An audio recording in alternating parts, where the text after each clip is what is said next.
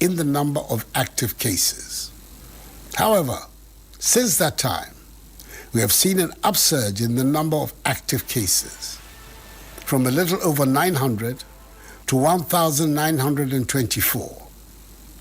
Our COVID-19 treatment centers have gone from having 0 patients to now being 4 because of the upsurge in infections. Particularly worrying is the fact that the Ghana Health Service is recording on the average 200 new cases of COVID infections daily. The number of patients requiring hospitalization and intensive care is rising. The number of severe cases, which stood at 18 a week ago, has increased sharply to 120. 2 weeks ago, there was no critical case.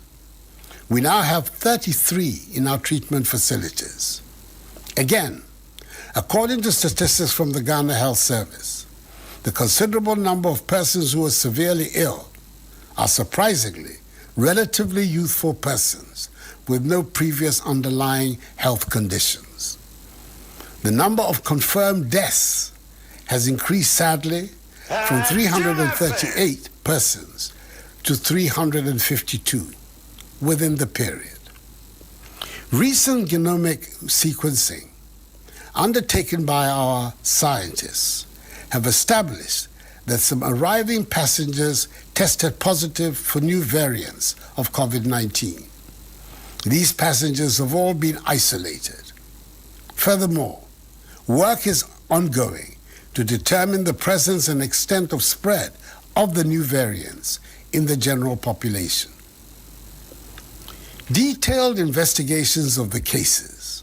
indicate that apart from arriving passengers at our airport who tested positive, infected persons have recent histories of attending parties, weddings, end-of-year office programs, family get-togethers, and funerals. At these gatherings, most of them abandoned the use of the masks and were engaged in actions that led to them contracting the virus. Fellow Ghanaians, at this current rate, whereby 13 out of the 16 regions have recorded active cases, our health infrastructure will be overwhelmed if the situation continues. It will severely undermine the efforts government is making to revitalize the economy and put our nation back onto the path of progress and prosperity following the ravages of the pandemic. On 7th January, as I said, I swore to, and I quote, dedicate myself to the service and well-being of the people of the Republic of Ghana and to do right to all manner of persons, unquote. It is my duty to protect lives and livelihoods. In furtherance of this, I've instructed the Inspector General of Police to direct officers, men and women of the police service to ensure the rigorous enforcement of the law on mask wearing at all public places and in public transport. They are also to ensure the closure of all nightclubs, pubs, cinemas and beaches that may be operating in defiance of the law. They will be assisted by the other security agencies if need be. Persons in marketplaces, workplaces, and operators of public transport must conduct their activities in accordance with the hygiene and safety protocols. The wearing of masks in these places is mandatory. Regulatory agencies will undertake random checks to ensure conformity with COVID-19 rules. Should any facility or institution fail to comply with these directives, its activities will be immediately prohibited and appropriate sanctions applied. It is important that I remind all Ghanaians that severe punishments exist on our statute books for persons breaking the law on the mandatory wearing of masks. Should anyone be arrested by the security agencies disregarding this directive, that person will be dealt with strictly in accordance with law. We do not want to go back to the days of partial lockdowns, which had a negative impact on our economy and on our way of life. But should that become necessary, that is, should the number of active cases continue to increase at the current rate, I will have no option but to reimpose these restrictions, because it is better to be safe than to be sorry. So together, let us all ensure that we respect the protocols. Government is intensifying its strategy of enhanced 3 T's, i.e. tracing, testing, and treating, to allow us to identify infected persons, isolate them, and treat them. A considerable number of contact tracers are being mobilized to follow up on contacts of all who test positive. All laboratories, public and private, must supply in real time data on all persons tested on the common platform established by the Ghana Health Service. There will be sanctions against laboratories who fail to comply. We've also provided additional logistics, including vehicles, to the Ghana Health Service for the supervision and monitoring of asymptomatic cases being managed from home. Additionally, government is reactivating available treatment and isolation facilities across the country in anticipation of any further increase in infections. The provision of adequate medicines, equipment, and personal protective equipment to enable health workers attend to home-based patients is being effected. Fellow Ghanaians, as our children in kindergarten, primary, junior high school, SHS2 and SHS3 resume school from tomorrow, I wish to reiterate that government has taken the required steps to ensure their safety in school. Heads of institutions, as well as their teachers, have undergone the requisite orientation on guidelines for school reopening during COVID-19 to enable them assist with compliance of students with the protocols. I've been encouraged by the preparations being made by many schools, in some cases with the support of their old Students Association and PTAs, in anticipation of the return on Monday. On our part, government has also undertaken the fumigation and disinfection of schools and the provision of sanitizers, masks, liquid soaps, Veronica buckets, rolls of tissue paper, face shields for learners and staff with hearing impairments, and gloves for caregivers and attendants to schools across the country. All senior high schools have been mapped to medical facilities across the country so that any outbreak of the disease in any such school can be duly contained. Suspected cases in primary and junior high schools will be managed by district health teams through the school health program and the COVID-19 rapid response teams. The world is facing a learning crisis, a crisis that is further worsening inequalities in access to education, with children from poorer homes and communities being worst hit. This learning crisis has serious implications for the future of our country. This is especially worrying for me because I have placed education at the center of the social and economic progress and prosperity of Ghana and of her political stability. That is why, in our attempt to mitigate the impact of the pandemic, the CAB Bus initiative, being administered by the National Board for Small-Scale Industries, has started disbursements to applicants from private educational institutions, many of whom have been hard hit by the pandemic. More disbursements to these institutions are being processed. And I wish to speak directly to the students and children returning to school, and those of you who have already returned. I know that for most of you, 2020 was a very unfamiliar year and presented a setback for your preparation for the future. You all saw the struggle your parents, especially working parents, went through with you at home due to school closures. You also know how you struggled to learn from home, even for those of you who were lucky enough to continue with some of your classes online. The frustrations, the idleness, the absence of classroom, or study group intimacy. It has all been extremely difficult for you, your parents, teachers, and everybody involved. This is something we should all try to put behind us. Much of that depends on you. As we take these big steps to go back to school, your attitude, your behavior, your self-discipline will decide whether or not our schools will remain open. I'm pleading with you. Please observe the COVID-19 protocols at all times. You must maintain the level of discipline and sense of responsibility to stop the virus from spreading in your schools and for those students at home as well. Wear your masks at all times.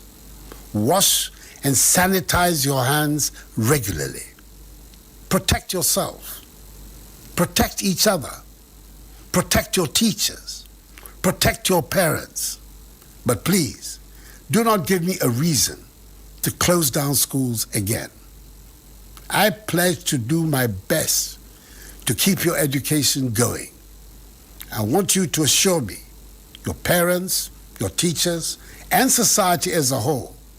through your actions, that you will do your part as well. Fellow Ghanaians, I urge all of us to continue to live responsibly with the virus, even as we work towards accessing the vaccine. Details of the access and rollout plan will be announced very soon. Let us work constantly on how to do our work, keep our businesses and places of worship open, and send our children to school, all in safety. Government, for its part, is resolved and determined to help ensure that we're able to return to our normal daily routines. That is going to work, going to school, going to shop, going to the market, going to a funeral, going to the pub, going to the club, going to the cinema, going to the beach, going to the stadium, or going to worship. We can achieve this result if we cooperate and work together. It is essential that we protect ourselves, our families, and our loved ones from the virus. It is a collective responsibility. If we embrace the safety protocols, that is the enhanced hygiene and mask-wearing protocols, and we continue to put our faith in Almighty God, we will see the light at the end of this tunnel. 0 active cases. That is the goal. We can and must reach it. Enuanom, makasa yare enyankoye. Man ho so biom. Aba pese oboye nyina ho ban. Nti sise ayaye e fa yare no ho no. Ye beba ahwe se obia bedi so pepepe. Aban no obia obetia bra no ebedi pa. Efri se ye ni abre. Epese ye pam yare ifri asase so. Nti mesrem mundi sise no so. Ititru mu shemas no. Anyame me. Iwi akeshi ila eyako. Ewo ehe ekon. Amlalo ntao ni ebu mofia mo he. No ewo bejiano toni wo kefosie. Oba kwe ni mofe mo ketuning pepepe. Amlalo ke mofia mo ni babu mla bayewa. No wo mi panyefai. Nya ke bejiano toe atuning titri mask we. Fellow Ghanaians, in all sincerity, I repeat that this too shall pass, for the battle is the Lord's. May God bless us all in our homeland Ghana and make her great and strong. I thank you for your attention and good night.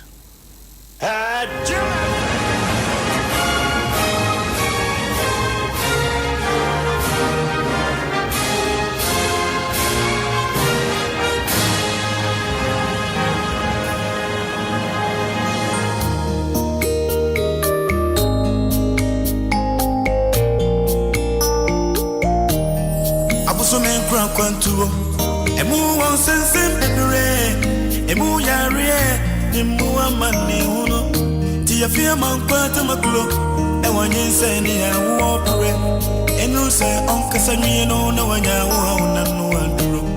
aboso men kwantuo emu won sensen bebere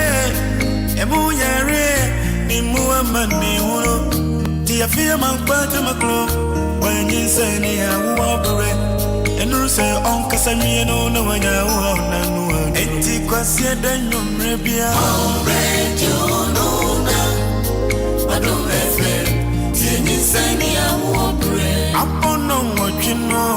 radio no na Adom FM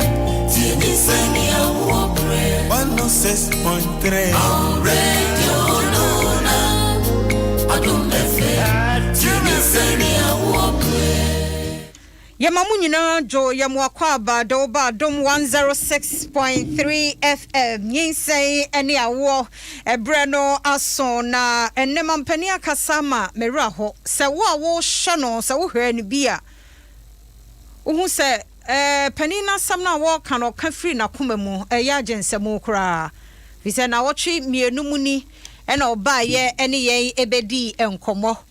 na yedi nkomo na wotwe mienu akire na de ekonie no nyame anim ni wutie mampani kasa no asasa na yebeye no pa de a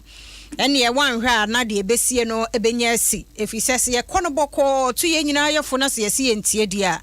na ya keke nyina yensa aguyachi na so ni nyina mu ne kasa no wose obia enya ne famudie fi say na ye the pressure ena aba beto apomuden adwumayefo no so isolation centers no so na ho eyema ena de isaya no wanwa kra ne se nkakane no mpo no yete a yese ebia mpanimfo wo ma underlining condition bi nanso we de be wo bia ni wo condition bi a mabuno no emmom ena echichichire wo mo nti yenyina ye na ye ho so ba bia wo kɔ bia wose ye nhye max no na sa wo nhye nso de a ene wa ka kire bambo no so wonyere womra mu obi a wonhye ne max no womamra no ni awofo ne abatan asudie china nyankopon ya adoma ye mofra no ekɔ school yemfa bibie hia so omde bobo won ho ban no yemfa ma wo mo schools no Veronica bucket wo ho ye fancy liquid soap wo ho na so oba tan kura sanka be ye na nse wo benya liquid soap ni bi krampo so de aso oba ne bag mo krampo no a eno so ye enti yesre mo mema hu bia nso bia mu na mum sakura no fiti last week ni animu di nkomo so ne na kasa pa de enti hu hia so obeyi ni nose mask na obeti adwumre me wo menua ba Cindy oforia pia e wo ha oye public health nurse na public health nurses and public health adwumayefo no wo mo de say yade bi aba no mo bodawuro asia no kwan no wo mo adwuma wo no mo ye ntini ese corona ise no wo mo hwe mu ade akwakire nti wo mo kasa odomesoro ya ye ntie wo mo ye na Nyinsen Ne Awoɔ so no eye cold and flu ebi aga se na we de se efa ho pa enkura no corona kura ma ye no oba ko school ba bia hu se bia aza ni tipa no aza ni hwene mu frinso wanya kata nom ne ade ti ade no nyina e kan bomu se bia oba eho ye hye ade na wo so ye school for ade na wo so school ru no mo ye se be ya yemfa hu ni suro bia mehye awofo ni mo yemfa sedama endpoint homeopathic clinic ye do ma se papa na wamada romanti ene yetumi de Nyinsen Ne Awoɔ ebro kwase de nwumre bia no wɔtwe enti ɔkyena Nyankopɔn yɛ adom na de pa bi kyenyen ya ɔdɔ yɛ ayɔnkɔ hɔ ne nkɔhwɛ apɔmuden free screening prostate no wɔm guso yɛ ene man no so infections momra ne yenye ya se hɔ se problem bi wɔ hɔ a endpoint so yɛ no free friend 024486 7068 0244867068 Cindy Ofori apia ewa ha obapa enwumre kafra memoajo yada se papa pamampani akasa last week onso yene wo edi nkomo wo TV so awufo ne abatan ATM sesi a wo de flu ni ade ne yebedi ho enkomo ni nyina hyehyemu yare na ekosoro as a public health nurse dia pa na apagya yare no musa sa wo de mampani kasa no mfato ho say last 2 weeks obekasa wo hwe ni pass sabi na yade na kun won na na otwemienu adu 350 something na enipa ekum wo mo no ano odin ene said ye asi ahwira koso active cases 1000 plus ano odin ye de ne ye nye ne ye yem hihie asem afia na mechia etiefo nyina enwumre we sei na de meka ne say meyem crash me minim say ekosro minim say ye name bi ye ne managing sem but report on mampanyi dia my say 200 cases a day na just say that could be nipa 200 cases a day. Ain't said that could be so the emphasis 1 week in pa. Say times. No, say a 5 days to cry a you 1,100. No, say ye ko ye nimusa. They do bosumene die. They been say 2 weeks a day ni mu die say yan hwe ye hu ye pa. Wan hwe ya e be ya de foforo amaye. Because ye nyina ye hwe no ma ye hwe BBC na CNN ni ade no. Ye be say Los Angeles say or say 1 hour otimi lose 1 hour otimi lose nipa yes nipa ewu no is close to 500 1 hour don hwere ba Los Angeles pe enti say Ghana ye ka say a day nipa 200 na omampanyi ka say mu chese say yan hwe ya hospitals no ebeye mebuso na enye man kra ye kra te say maye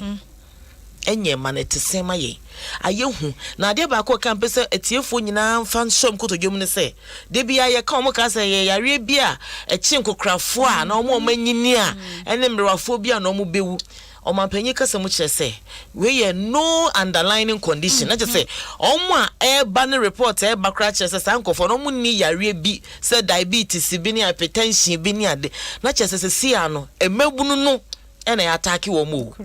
na se emebunu no e attack wo mu se ya ye dachi enyefe de eba no enyefe I think say see my nyina de emede baby emede pa ne say we say to enforce the law e wo mask hye ho no eno de esese eba pa na ye because 200 a day de fia hu nye say 200 keke hu papa 200 esa na ya hwe ya death toll no na figures na de owo na no so beko esoro na se si akora no se yade ese de first nkeche wa wo home no ne yade se asesam David se de asesam o se efre bibi embolism se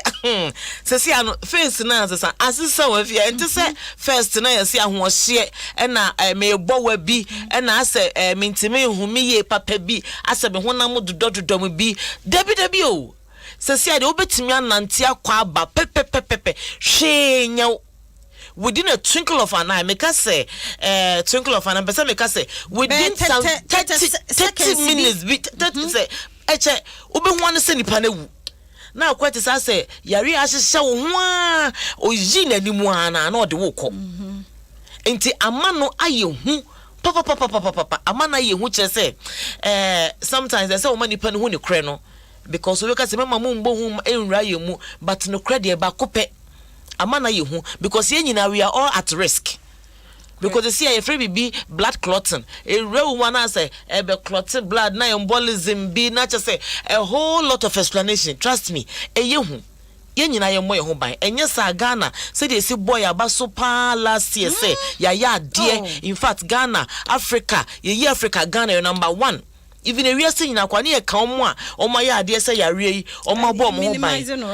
etirimude ne wura ye tirimu ama ye keka nsem awia bo then share see the san na ka dia and then ya bedu 200 people a day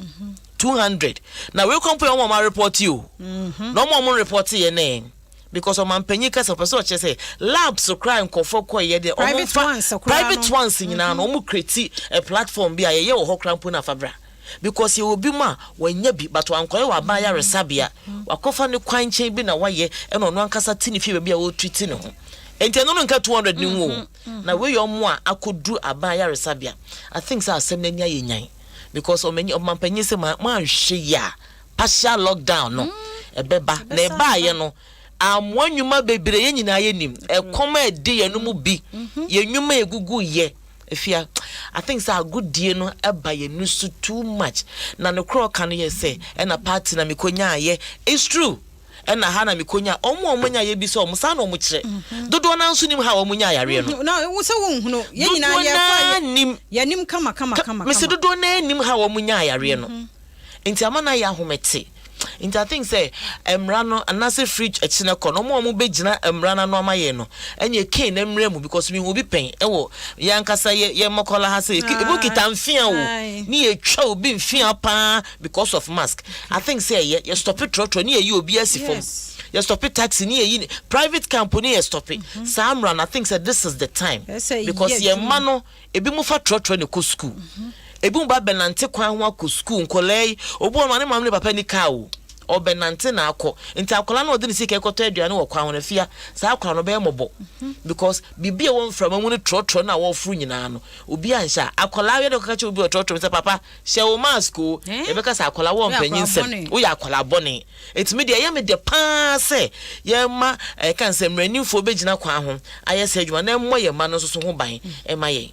Nyinsen Ne Awoɔ na uguso awutie wa Adom 106.3 FM na hano yenkomodie no efa oba wo bobo ho anyemo na nyankopon ya adom abosome nkono na no so awo afa ho afa oba ho adesua nyina na yede brewo ewa ha na ne no esan covid-19 na nyame ya adom na de pa bi chi a ochena ya mofra eko school ntino na ho hia se ne yedi nkomo efa cold any fluid eho enti abatan mu nyina ntie ene iso obi yade oba hu se no ho ayehye obobo wanom ne ade a empre wo ho chena mfa ne nko school see yes eso de muko yakase yi cold ayeden yakase cold and flu de ye nyina ni se bia na ohine nostrils no emu asisi na se ensuo mucus ensuo ne ba dodo like any say eba on why say bia wadi mekwadua ne na so ensuo kakra firi hwana se wonum ensuo na atramo ye wo tokro we ye hwini mu a efa ye minimu enu ntina esan kọ ye yefunu mu enu ntina abehu se sometimes onum ensuo kọ etimi tramo na abefa hwini mu apie aha nti ye ka cold na se flu na se yare bia ewo mframamu oboni kabeka se viral onu ankasa wo bread do a obedi wo nipadua ni mu no na wasa adane ne ho akọ na obedane ne ho akọ na se wo nipa no wo nipadua no immune system na din nti obe fight na viral no within couple of days na ekọ ebi munya flu ana se cold abon se enche na eko eni wo flu bi nso so a allergy obi ni wardrobe mu se bia obobọ niema eni adebon se na obe sneeze sa na afi na yes na se flu no cold na se wanya cold ana kata bi all of a sudden obu nso na mfuturo kakra bi a otu kwan akwa aba no omo nso omo tu kom fa bus air condition no obu nso ana because of ya tutu can say glass windows mu ni ade no air condition no ni we no akoni mu ma ontumi ana obi a ota tena bonte anadwo eche bia na adwumenti ana we no eba ne sana se nostrils no ase wo inhale more any ade no enframa no mu no emmawe bia ne ade omu no onipadua ne ntumi fight a science bi no na ebi mu de no bon se ba no manya etiyare headache na ese cold and flu na no ayedin meaning se wankasa onipadua ne ntumi fight bi onti o ka bibia kire o se mesre wa abeboa me because anka okun we metimi akon ama obatimi ntumi enu bobon sa afa wo nipa no ti na fe ye oya obo nso bo nse ba bo nse nani na ene ya anase ni minimum pono na aha obo nso abo nso ni minimum na ene ya obi create me kona ama ne honam nyina ene ya te so obi ase wanya malaria anase den obeka se ase me yare metiapo me yare that kind of feeling na ne honam ene na poso mentiapo ye na poso aye no some way bi sa eba ne sa na wo nipa no wonum create me to ebi maduane die etime esesa enti cold ni flu no se immune system ye weak a ne ni ye nyina te se malaria one we abeka say malaria but na enye malaria obeso de basa na just kasampo no eye ne den na nenum to na sentimpo bete no emma na esa ne sense of taste no anyway nyina no ni nyina na start e kofom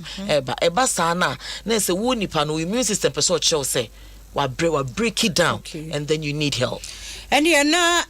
ya boni nyina tofa na dia maye na sada medi kan ye no chena nyame ya doma ye ma no omo hye school asia no na even before covid no wa so be me dancing a ebi o bi a wo ba obekobeba no wanya flu ana wanya cold because ebi na akora bi anya bi ho enti anti ni beboa yen sa brei yare we so no o de sa symptoms kakra ni bi na enamo nti oba tan bi ho kora no a osuro so oba tan bi tie mi sesi a na bi a ne ba the 3 days ni ase wanya cold ase no ho ayehye aban si enko school nti e chena ye bie e so okọ ana se o makra no entena fie dia no wonya masa akora no akola bi a wonya cold bi a message entena fie okay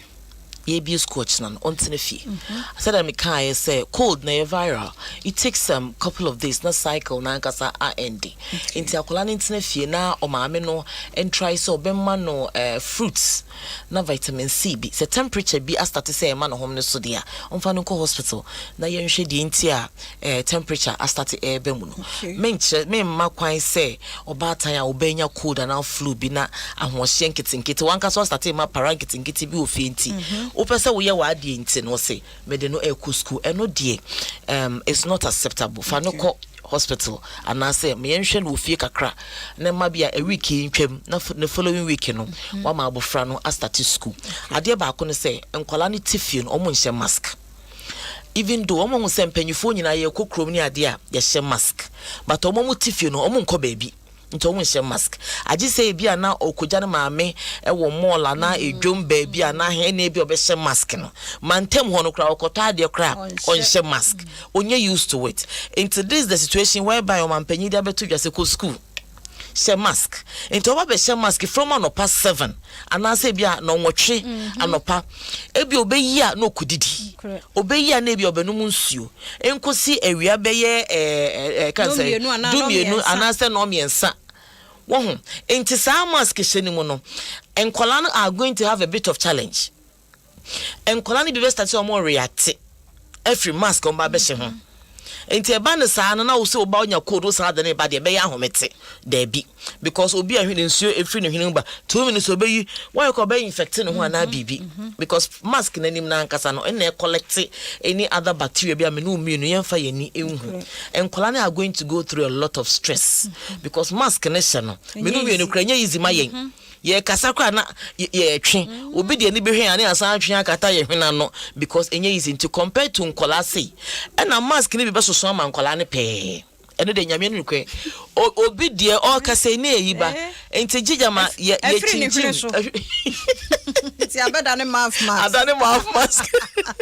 enti jamaji ye chinchim ne hwene kakra na etimi a support akola ne ye mask no so na eja ye mpanufo no mo de yes ntoma yes this type be surgical one na disposable one manyame adom nice ones aba cartoons bi toys bi wo so ye mpanu bi emma emofra no na ayefe se hye wo sana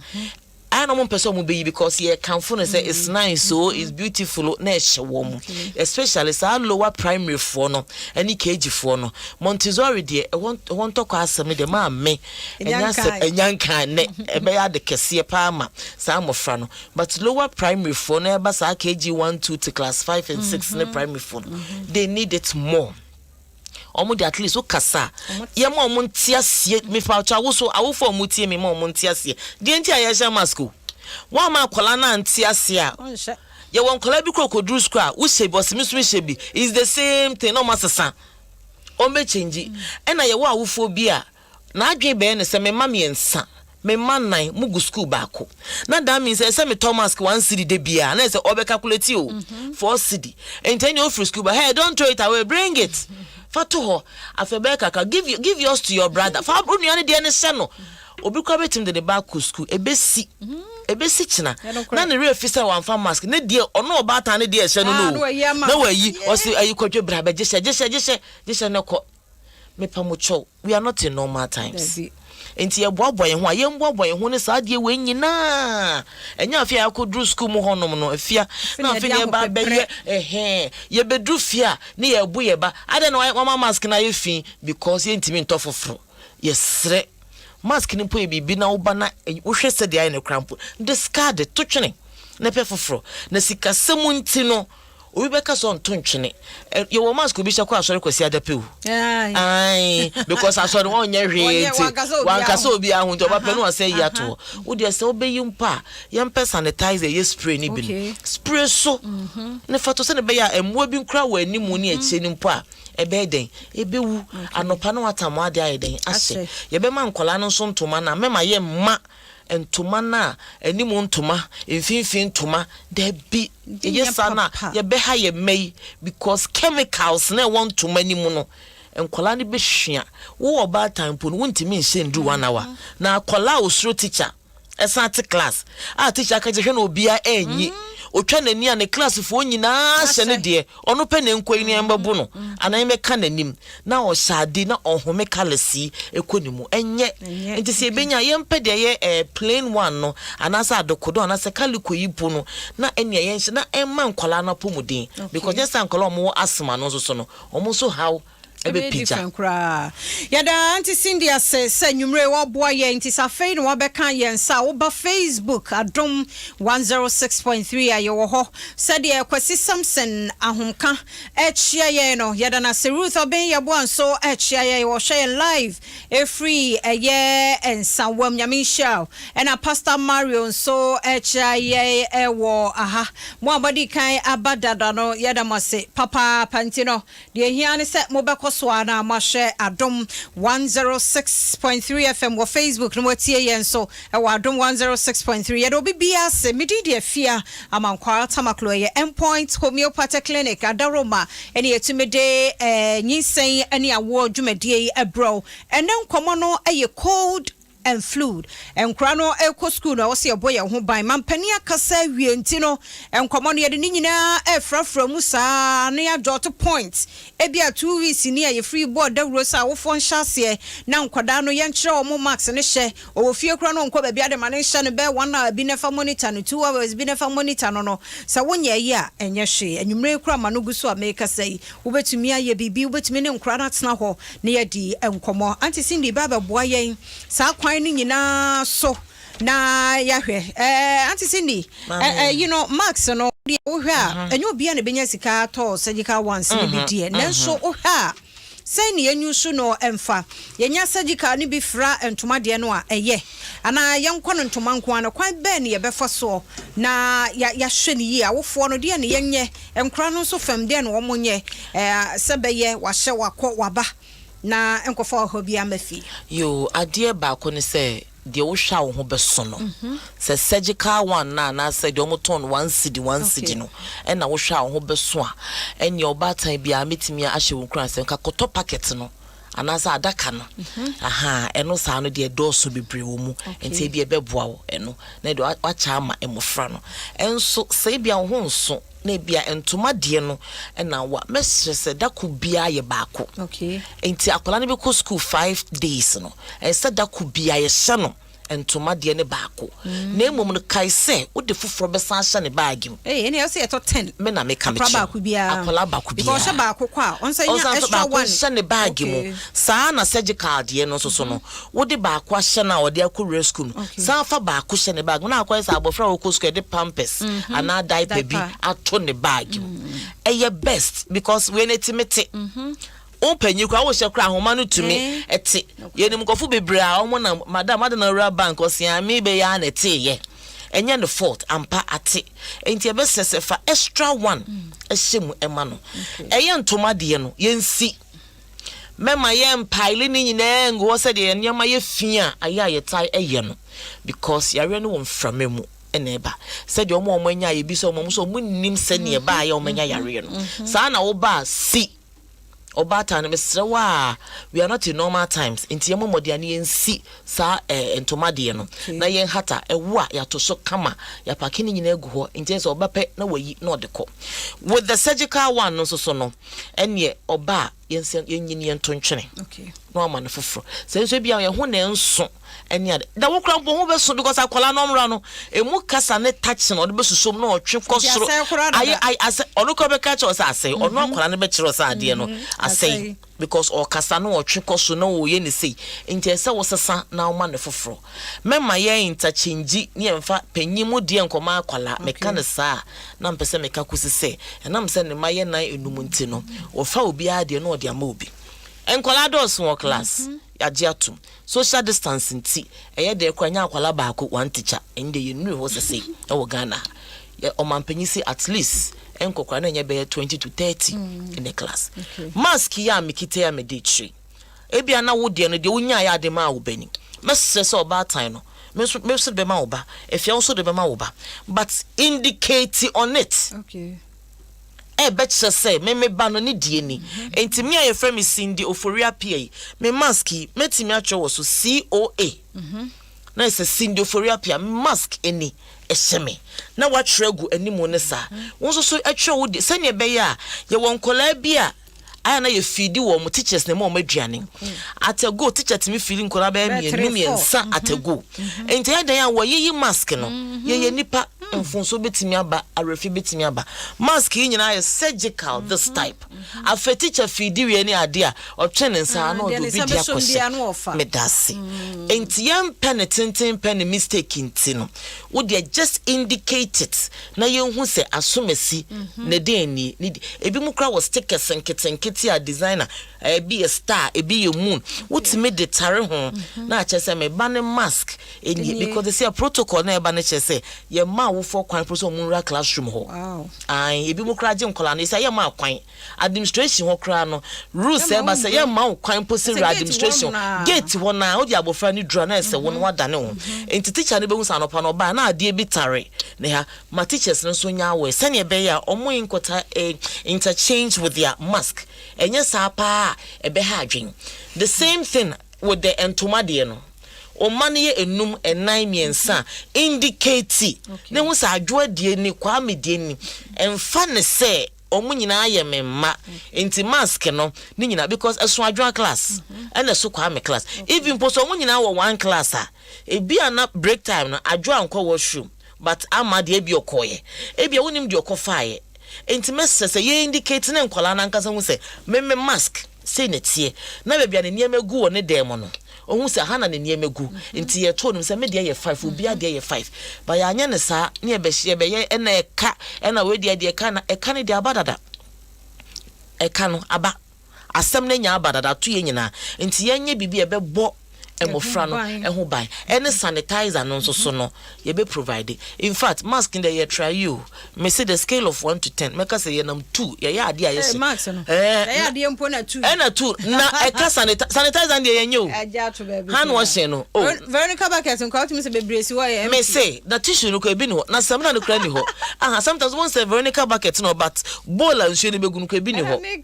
na bank no kra na say e friend say security man no gina bank o ka just say so me sanitizer aye mensa eso so onye hwe na odi akorem mesre se ye ntra na hand washing embra but me nua ade ba ko ne se ye ka omo nim hand washing pa eye nkwala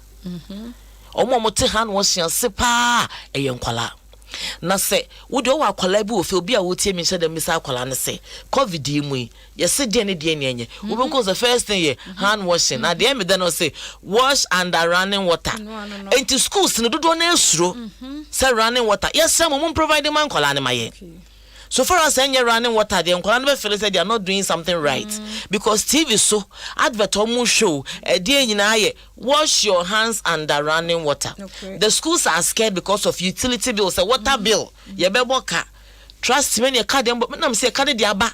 because uncle be wash your some more under running water. Yema kwine no munye. Ni empenyi no so yenye teachers no so. In fact, yema break mama nkwala. It's a break no I think say no so. Ya tete so 15 minutes or 10 minutes. Ya chiche mu. Enti abribia mo wash wo munsa more. Se uma subject ba kuria anka monko wash monsa. Se na be ya touching no kra no. No so. Na emum no sister ye ka we nyina na ye mabia omudo mu wo hu ewo mumu de obeka bia no wo hu a ye fro yare bi jamifobia san kwala ne sister ono yare we mba kwa ye so mo ya ahia o tena sia obepepa ne maami owo no kra ni bebia ne ba no kusua sa de ni friye o papa kra mpo nim bebia ebusua no de musronko pe akonya no bi betena so a wompe ni nua kra mpa so ni nua be cha de because the boy pa na ade ho I say obse kompo bi memfa ma ade o fa na ade obeso obepepa sa nkwala no sa bre no enye easy sa omo mask hye no bo say ye krogin just say on person nsampo be kana aye ebeso mo kra one hwe kra won did break time because on person obeyi Jones okra nkwala bi mpo nyuso wo school ebi mo de bafie because also on person be use washroom ho no akofa yare ama no nti akola bi say ne mask e be krogin se ne ma meka se nani ati bebre be ka se ne mask ne kura ne de bi eno ana obesha ne sa yare no de be ma no because odi ne huni nti affected ne sa and at this time so hygiene hia enkura ne ntade ne ye mpe school uniform enye one school uniform na ye repeat ye besre yensesa because UK for ma yehu say omo lockdown mo call first one no enkwala no ene kwodesa yare no e de ba fie nti enkwala no be ye transporters omo no mo carry de ba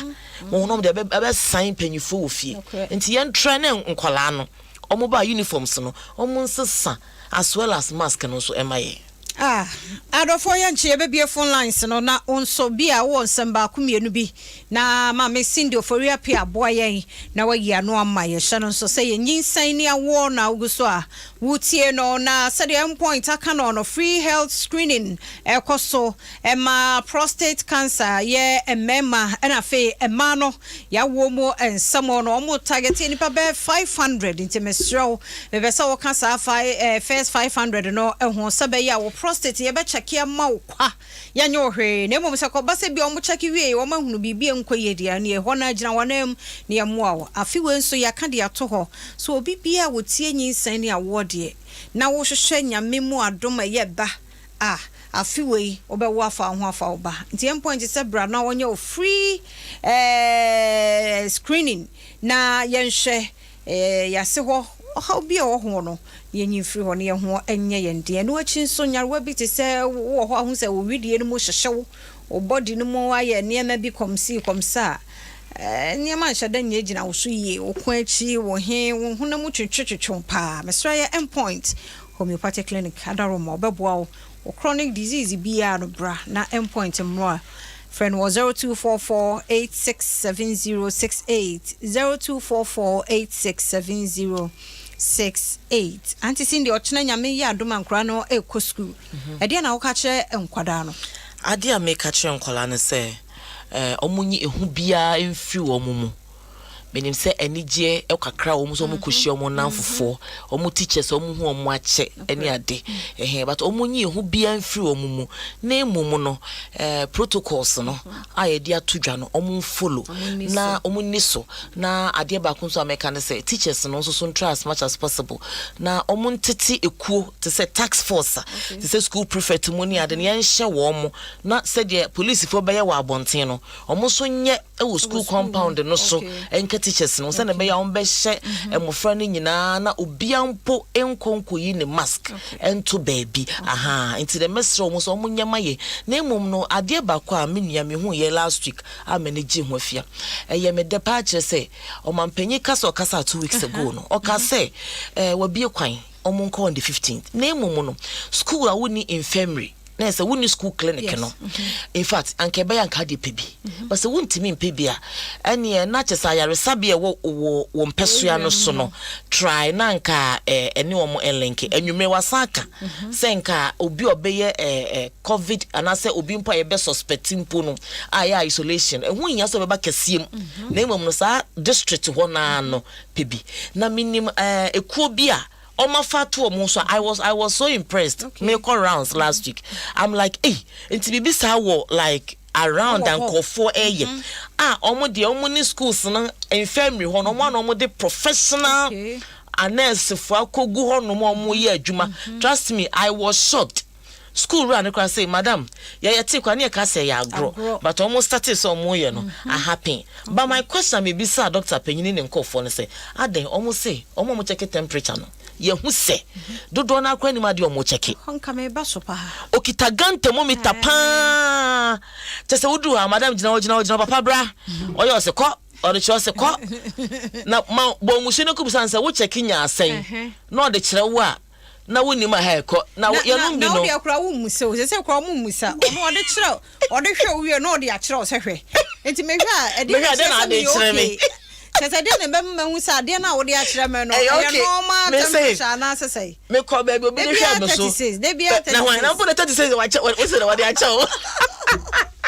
Oya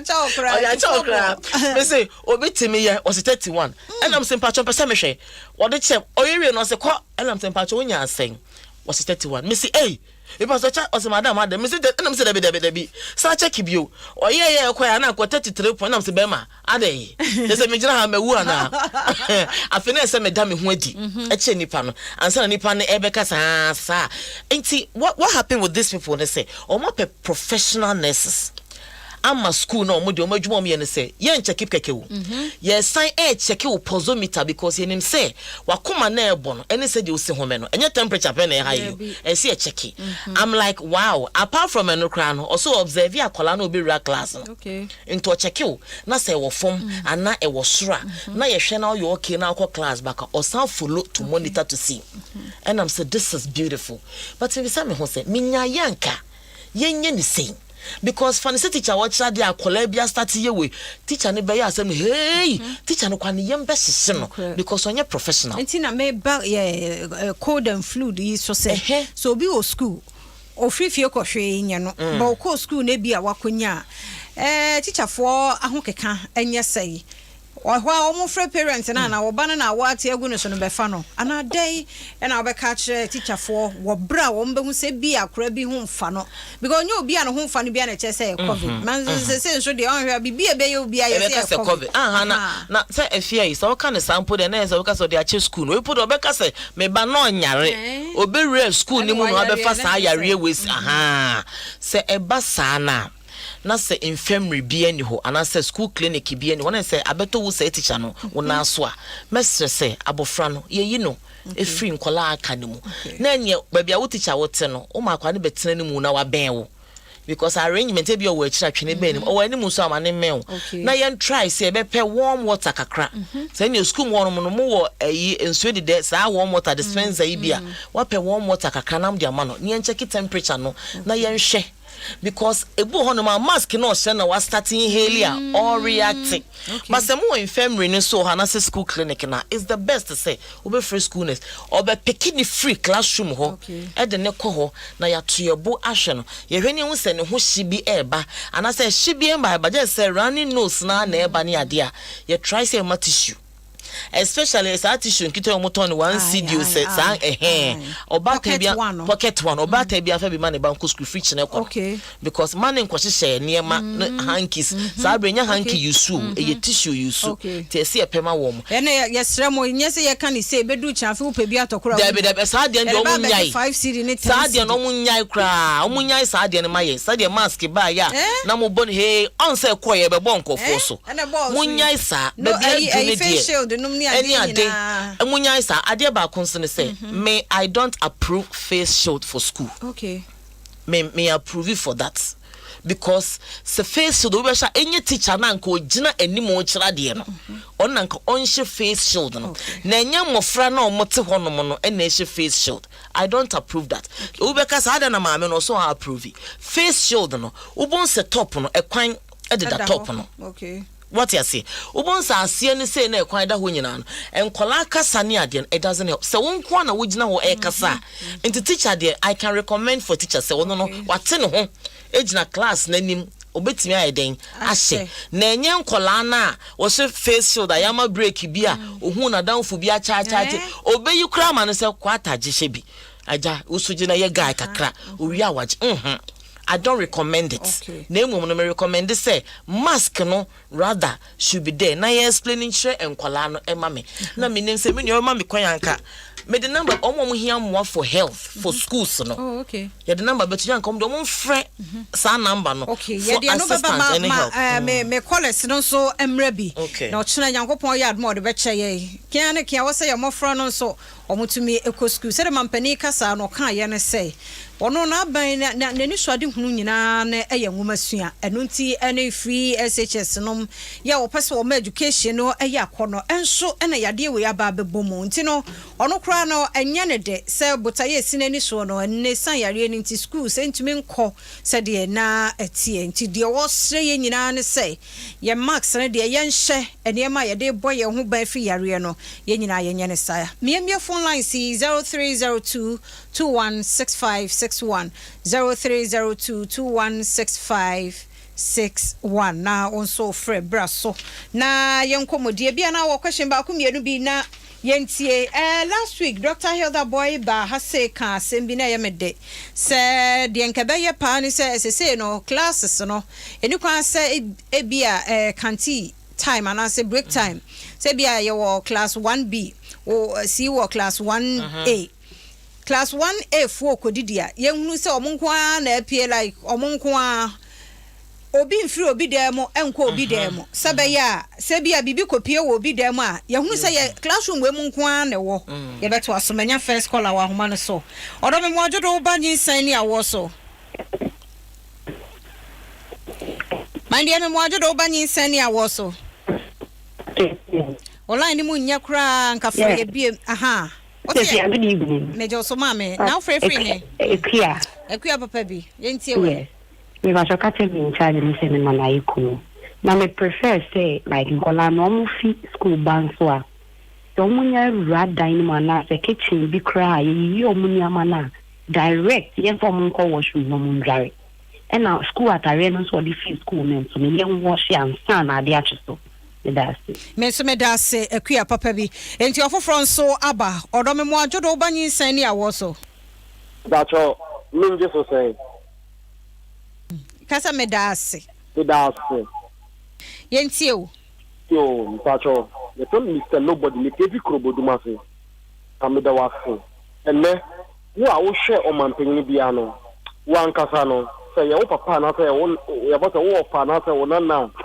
ho ba ya no mobo ofi Obama Ghana na ofre titi awofo no teachers no munya omo ho abotre e ma mo bu nkofu enko jenjira wo se mukokun ye ba ma ya na mukoye yi munya abotre na die o mampanyin se ye nye no wo ko school a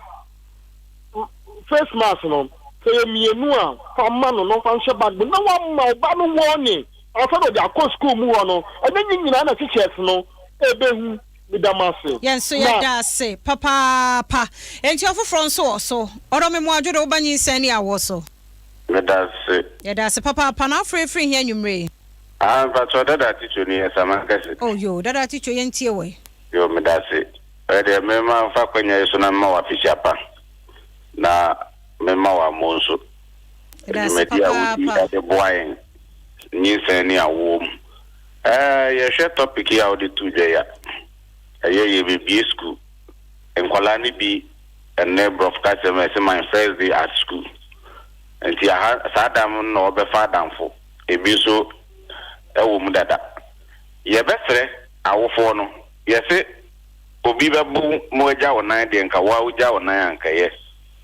eni se enti na me kan sa ye tu ye manofo wo fia me fi se eno be boa ana aban so na afamu de awofo yenye ya afamu de sanitizer ye man kwala ni bi face mask ni ye ma obi abi ebi abako mienu aban de bi ba be kan ye besre ya awofo no oba mi krum ha ya ebi complain say na school ni ebu no tot situation bi na ba ye ni normal time it is a school for no betting yakon fully ebi a school bi o ha classroom no mu ye be 40 35 nti aban no teso nti bi no ko no kind of badges ye besre awofo no ye nyina ye man ye da kyenum Yada se papa dada teacher no for low radio no maye na ye ni enkomo low radio no pa na mete ewa ha wodi ni baby afre mfi Papa cho me Dindi Joseph Tete am here where that Akima cross. I mean sure yenti o. Am Pacho na me service access say dey am actually nyina you go so aye chire man na me service access na first me yokosran kwala no school obekọ na ba mienu miensa ati akonwa ba agunso no sesi anzo o ma setem wo school dem ho no enu so ebekọ ne sen nyankopọ ya dom na ade chien ya ye behunu de ebekọ so je sa ade na sin so ne sa behunu the next line of action and penifo beteki nti ya se so odi we ya ba echina nyame ya dom a ye behu de ebesie e wo sa schools ni mu ofofro nso wo so do me mu ajodo ba Nyinsen Ne Awoɔ so me pacho me di su antiefo pacho Grace yenti o command ko kompe me pacho nyame nhwa mo bebre unanti nice me pacho bebre ni ameka ni ye me weni ye mienu me pacho bebre me kasem ka kro me say Ghana fu yenti me den pa e be mu ti me den o we say disposal we no smart ye be ye 1 cedi last week ya Friday ye twemu ya me kazen bi if I anka yeto box no baako na anka ye de ye che ne nebo ne inshada inyade 350 only say Friday ya almost de akwa 100 Ghana intini meka ne say Ghana for in my yenye sa akra e so bi kra mpo a onye bi in my yenye sa akra na we entre nyame so mu kra won ka se Ghana ye o man ye so nyame intini say bi mo so nyame ade eye we 350 no Oma tumo amaya 100 Ghana. Eya samu. Hello. Nyame hwe o mo foforo nso so odo ye mo ajodo ba Nyinsen Ne Awoɔ so. Yo. Na free he. Free abri. Yo, anti o. Yo, no pacho mo maduma mo ye na me say point number no me nantimi anchiro. Me twia na se jama mo wie ye. Ntinka me pe number no. Na busia 0244 0244 86 7068 7068 okay yeah, that's it. Papa Emma so for number no na one dog enkasa. Hello, good evening. Good evening, ma'am. Ye mo ajodo ba Nyinsen Ne Awoɔ so. Oh, we do so over here. Na wo free here oba pa.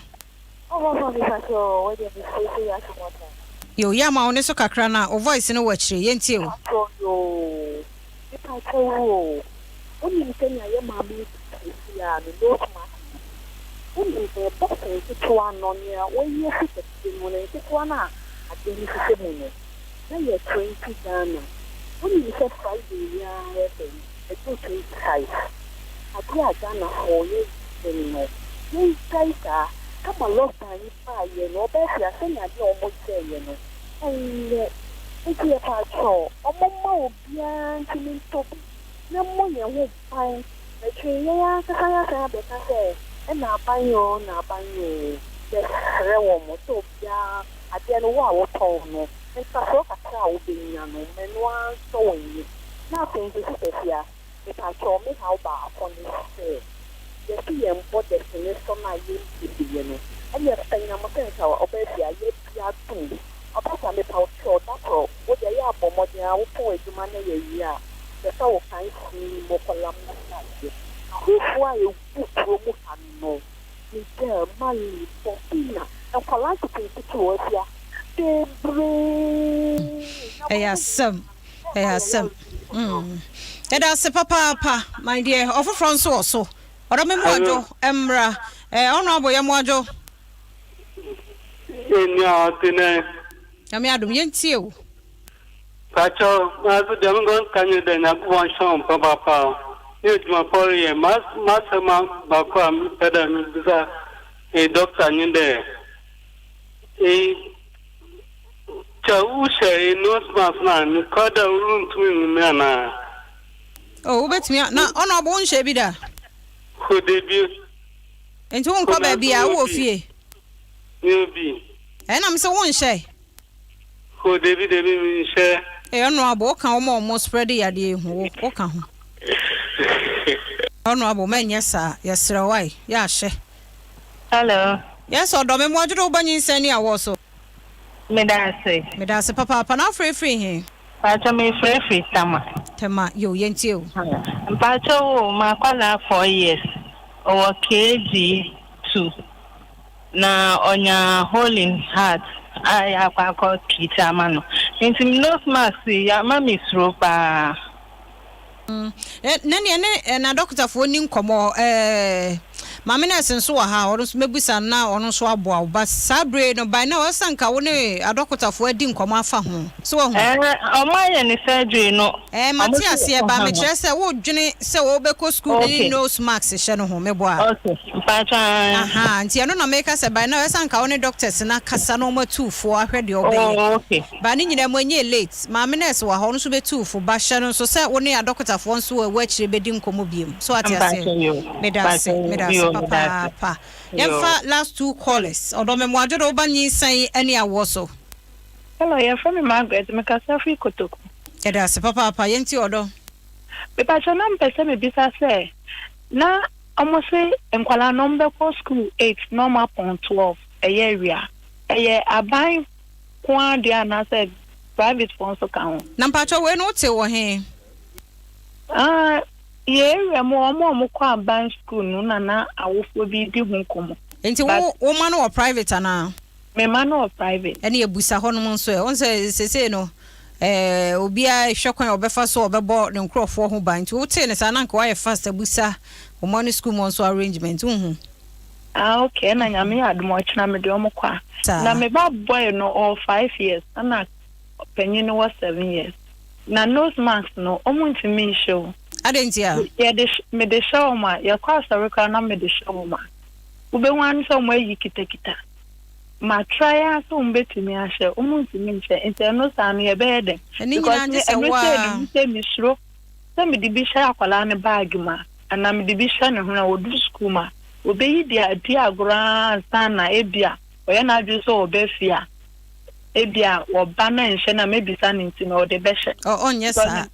Me ba boy no 5 years no. Oya stop on bet na fie. Hey, teachers for bro. Ako po share teachers for. Amen. Enti no ochanya mboa wa so omonsa for omoko hu. Na nka wunya omo teacher na. No ma ono omo akasa. Bra Max ne show omo. On say teacher de ohu omo a enkwaya no esuro kakra wo omo mu. Enti no ena okọ school so no hu so bia hye bia. Omo nyi mfani agroda. Nti yenhwe ho nso. Ai, yeda se. Papa last caller. E wo so.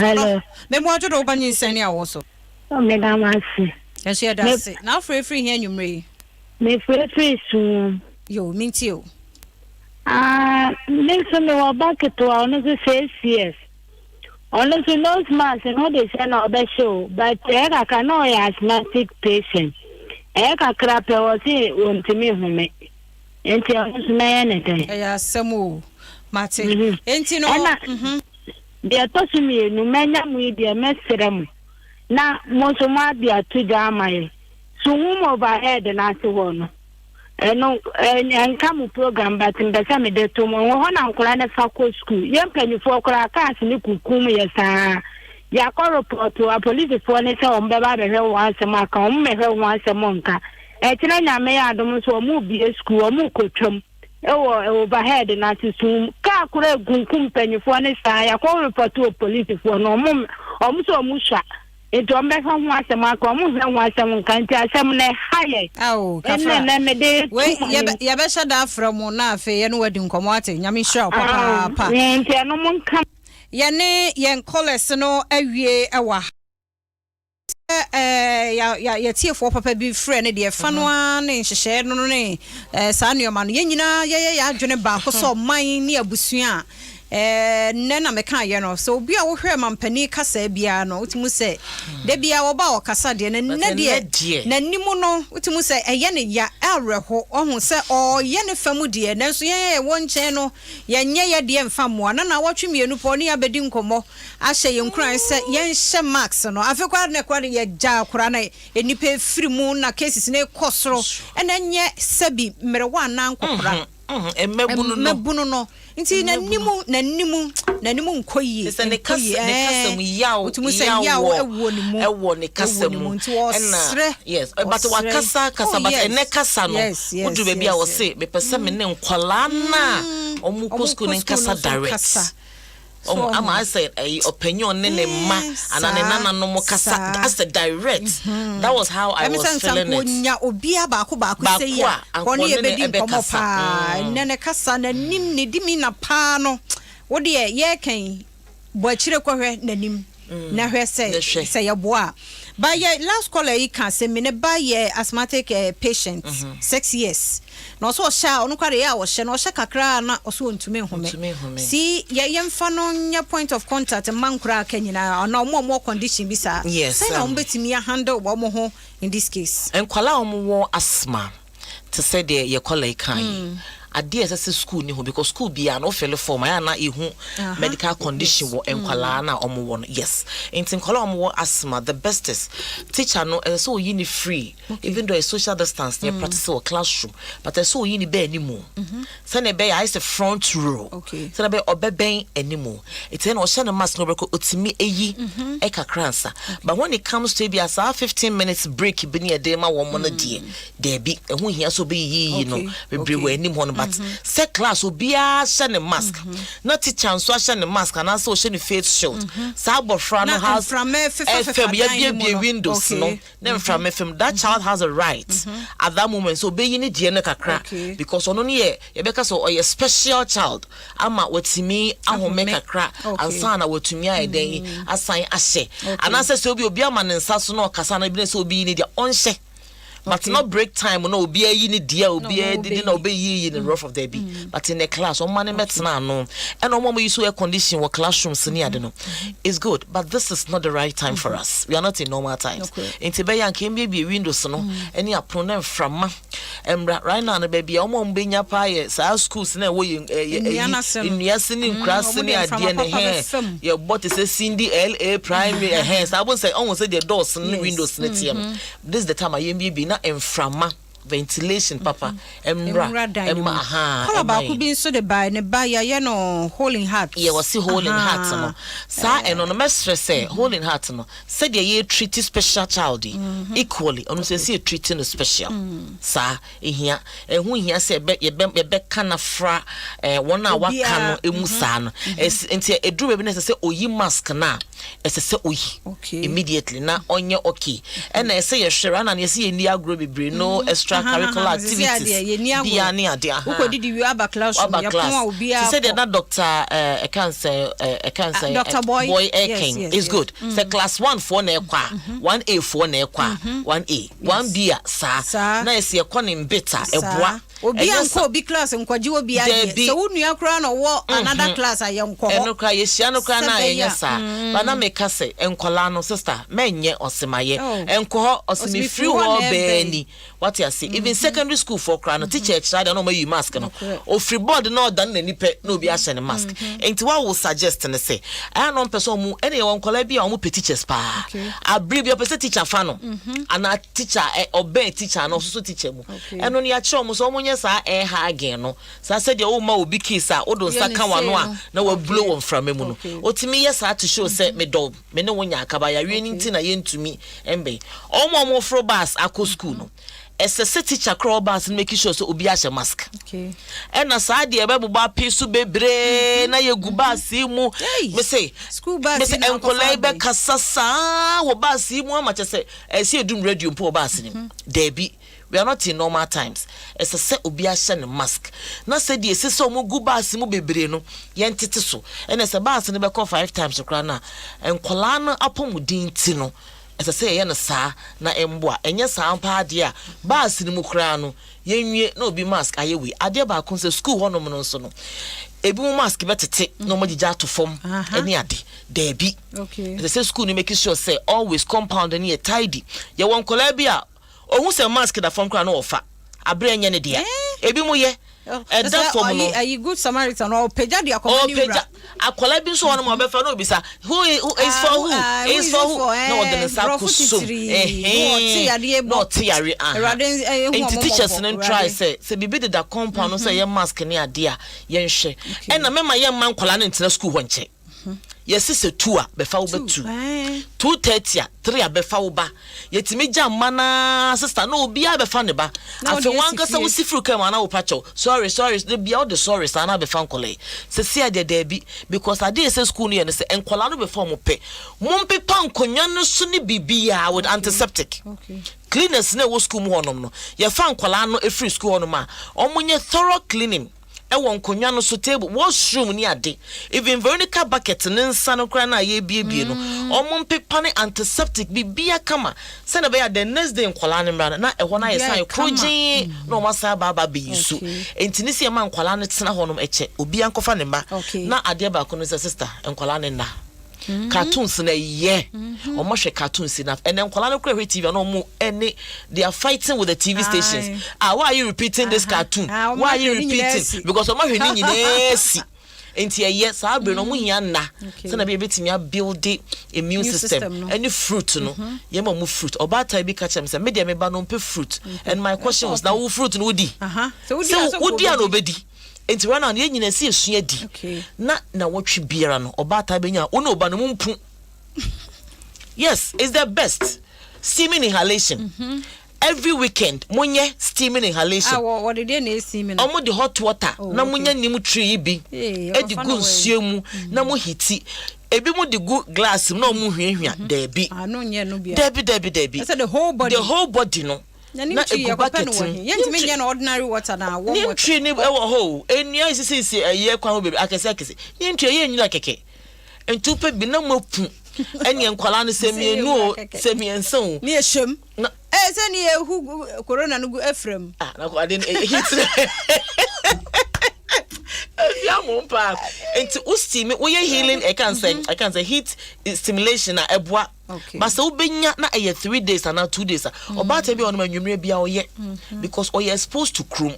na dwuma mu koba no enya sa na ye de behwese vitamin C pe na ye fa no multi supplements na ye fa ne pe na trust me obi fabi esonya yare no okay wonim ha wa wonya no enti yenye sa steaming na bibi biara ewo ye minimum no intime dead no as ye steaming inhalation na ekono na epie eno so bebo ena me ma ye mankola no cold food okay it should be warm food eni ekudru school mo na adwo ebede eno na ese school ni hwe e ma ye say aduane on be serve nyina na bata nye hwe it should be warm food no cold food na ye enjoy ice cream say any ice cream level any tofe no your pause your friend number is 0244867068 0244867068 na nyame ya adom na de pabichi ya yenko ye screening no say your prostate ana say oba ope awo yenko ye ni free na o number no numbers no betimi afre abribia for omo schools no mo here assistant especially apomodin no 026 9704 106 okay and I say 0242 81 2834 0242 81 2834 betimi afre sana ma we fia obi biara obetimi afre for school mu directions for apomodin betimi aboa mo ahwe omo wa things say botwe ho baby lakeside say botwe they can talk to them na omo directions no na ehu bia mpo emma omo doctors ne clinical psychologists betimi no makasa amankola no akoma abafom amaye yeda auntie Cindy Oforia Piase we public health nurse intina dwuma no no ye ne dawro no a eno obo no Mr. O day bompaye fama no wasefo no adofo nyina se rade nye obi amfiri corona ni mo obeba no atwam na okọ achichichichichi na otena nkwadaa ne kɔ school no monkɔ ensamra hoden so eno no yempa ya yebo ama wo anadwi ewo Nyinsen Ne Awoɔ so ofisa ha na wobɛwo afa ho afa obabra ho hyehyɛ nyina no udi so aseda na kwama endpoint homeopathic clinic Mr. Ofreno was 0244867068 obeboa ona free screening no onso anya mu chefa nyame yadom a ochena ene dane nyina fi se one anniversary no an wonguso edi ne sa no medin de afia amankwa tamaklo me na metena adwamo Dr. Shine enso any producer mabdadu amankwa nso yedase nanama nso de to